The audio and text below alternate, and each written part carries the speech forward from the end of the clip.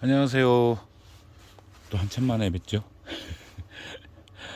요즘 작업하느라고요. 그 작업이 저는 집에서 하는 일하고 그리고 이제 그림인데요. 집에 이제 나무가 좀 많습니다. 나무가 대략 한 100여 그루 되는 것 같아요. 이게 제가 건강상 이유로 2월 달에 전부 끝났어야 될 전지를 아직까지 합니다. 최근에 이제 제가 팔심이 좀 돌아와가지고 전지를 하고 있는데, 원래는 지금 하면 안 되죠. 근데 안 하는 것보다 하는 게 낫기 때문에 이제 전지를 합니다. 또 농약도 해야 되고 해야 될 일이 많은데요. 이 시골 살이가 보통 어려운 게 아니에요. 저 혼자 다 하다 보니까 봄판에 이제 봄에요. 한참 성장기 생장기 때 무기질 비료에 관련해서 좀 이제 한 말씀 드리려고 합니다. 무기질 비료는 아주 반드시 필요한 거라고 보시면 돼요. 식물이 아주 적정하게 잘 받아들일 수 있게 되어 있는 아주 그 오랜 연구 끝에 잘 만들어진 대표적인 비료가 여러 가지가 있는데요. 그 중에 이제 이쪽 이제 상표명으로 하이퍼넥스, 그리고 이제 다이나그로 두 종류, 이것도 뭐 종류는 여러 가지 있습니다. 이거는 이제 936 질소인산 가리가 그렇게 돼 있고, 이거는 6, 15 이렇게 돼 있죠. 약간의 둘이 차이가 있어서 이거를 또 이거 말고 또 있습니다. 이 종류가 워낙 많기 때문에요. 이건 아주 여러 가지 그 작물에 따라서 그 특화돼 있어요. 반면에 하이퍼넥스는 이제 광범위하게 쓰이는데 아주 굉장히 중요하죠. 자, 봄철에 생장기 때는 이 무기질 비료가 굉장히 중요합니다.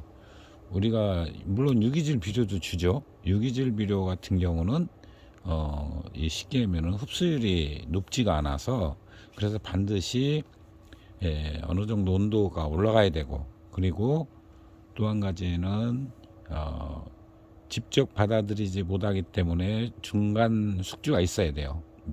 미생물이 분해를 해서 무기태로 변형이 돼야지만이 바로 이제 식물이 흡수를 할 수 있는 거죠. 이제 그렇게 되어 있기 때문에 무기질, 유기질 같은 경우는 보통 이제 5월, 지금이 적기입니다. 지금이 적기인데 그렇게 주고, 물론 이 무기질 앞에 두 개처럼 이런 무기질 비료는 이제 보통 좀 빠른 분들은 한 2월에부터 주기 시작하더라고요. 저도 2월 말에 한 번 주고, 2월 한 1월이 아니고 2월이요. 2월 말에 주고 1월은 안 줍니다. 그리고 3월에 한 2회, 그다음에 4월에 2회 플러스 1회 또는 2회가 들어가는데, 그게 무슨 뜻이냐면요. 관리표를 보신 분들은 좀 아실 텐데요. 제가 1회, 월 1회 또는 2회는 관주를 얘기하는 겁니다. 그 중간에 플러스 1, 플러스 1 정도는 뭐냐면은 옆면 분무를 얘기하는 겁니다. 이 노화를 막을 때도 굉장히 효과가 있어요. 옆면 분무가. 이 뿌리만 받아들이는 것이 아니라 잎에서도 받아들입니다. 그렇기 때문에 아주 미세하게 옆면 분무를 해주는 것도 도움이 되기 때문에, 그러면 보통 어떻게 하느냐면 관주는 이제 전체를 물 대신 주는 거니까 이제 이 소비가 굉장히 많아요. 보통 이거 한번 주려면 한 명 다 들어갑니다. 그러니까 너무 소모가 많기 때문에 관주는 월 1회 정도 하시고, 또는 뭐 2회도 괜찮습니다.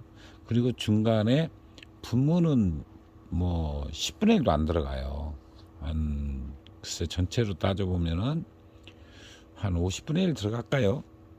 그런 정도로 오래 쓸 수 있습니다. 제 난시를 기준으로 보면 지금 한 2,000분 정도 되는데요. 2,000분에 관주를 하게 되면은 50리터 이상이 들어갑니다. 물론 물 줄 때는 80리터 정도 들어가요. 예, 그만큼 밑에 이제 방울방울 떨어질 정도로 주니까 그 정도 들어가는데 분무를 하게 되면요 한 5에서 7리터면 충분합니다. 그러니까 뭐 이거 몇 배예요? 이거 뭐 도대체 배율 계산도 안 되죠. 예, 그런 정도로 그렇기 때문에 중간에 분무하는 것도 괜찮습니다. 그다음에 이제 제일 궁금해하시는 게 시간이더라고요. 언제가 가장 적당한 시간인지. 자, 시간을 기준으로 보면 요즘은 이제 해가 조금 일찍 뜨죠. 보통 제가 보니까 5시가 좀 넘으면 환해지기 시작해요. 그 다음에 해가 들어오는 시간을 보면은 저 같은 경우는 동쪽 방향으로 되어 있기 때문에 6시 한 반이면 이제 빛이 들어오기 시작합니다. 그러면 난실에 들어오는 건 6시 반 정도 돼야 돼요. 자, 이 온도가 올라가는 시점하고 동트는 시점하고를 잘 보시면 됩니다. 옛날 지금도 마찬가지지만 시골에서 농사 짓는 분들이 논에다가 비료를 할 때 보면 새벽에 나가시죠. 반드시 새벽에 나가십니다. 농약할 때나 비료 줄 때나 새벽에 하지 낮에 안 합니다. 또 저녁에도 안 합니다. 그리고 그 이유가 충분히 있었어요. 쉽게 얘기하면은 광합성 작용을 하려고 밤새 쉬죠. 이제 온도가 내려가니까 호흡 작용을 하고 쉬고 아침에 보면은 이제 서서히 온도가 올라가면 깨기 시작한다고 보시면 돼요. 이제 잠에서 일어난 겁니다. 그 다음에 이제 공장 가동 준비를 하죠. 온도가 올라가면서 빛이 들어오면은 곧바로 광합성 작용을 하는데 주로 오전에 합니다. 오전에 하는데 빛이 들어와서 닿는 시점에서 대략 폭발적으로 하는 게 대략 한 2시간 정도 되는 것 같아요. 물론 그보다 더 이제 상황에 따라서 방향이 안 좋거나 이러면은 그거보다 더 오랜 시간 더 이렇게 길게 줘야 되는 상황도 발생하는데 저 같은 경우는 오전 한 7시부터 12시, 1시, 2시까지 빛이 들어와요. 그러니까 광합성 하는 그 시간이 굉장히 길죠. 그러면은 그 할 때 바로 필요한 것이 연료죠. 예.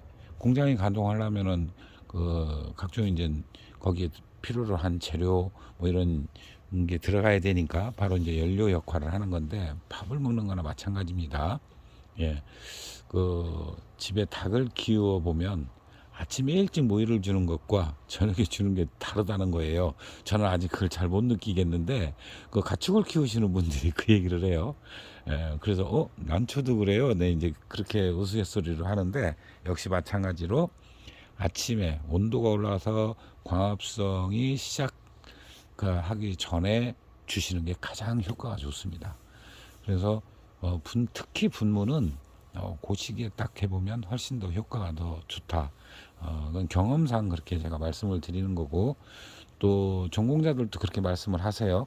그걸로 봐서는 그 경험으로 느끼는 것이 실제 데이터상으로도 맞는 것 같습니다. 전문가들도 그렇게 말씀하시니까요. 제가 오늘 이제 얘기하는 건 무게질 비료 종류가 여러 가지 중 저는 이 2가지를 쓰고요. 그리고 배율은 2000배를 줍니다. 분무할 때는 역시 같은 2000배를 주는데 이게 온도가 낮으면 4000배로 늘려요. 많이 안 먹는다는 걸 알기 때문에 그렇습니다. 많은 그 배율이 높은 배율이 필요치 않으니까요. 그리고 주는 시간대는 동트기 직전이거나 늦어도 동틀 무렵이 가장 좋다. 그런데 이제 상황에 따라 못 하잖아요. 그런 경우는 아무 때나 줘도 돼요. 한낮만 아니면 됩니다. 한낮은 조금 이제 지금은 괜찮은데요. 온도가 높을 때는 위험합니다. 그래서 이제 그런 거는 챙기시면 될 것 같습니다. 그렇게 해서 유기질 비료 주는 시점, 하루 중 어느 시점이 좋은지, 그리고 이 역할에 대해서는 여러 번 제가 설명을 했으니까 그 정도로 말씀드리면 될 것 같습니다. 감사합니다.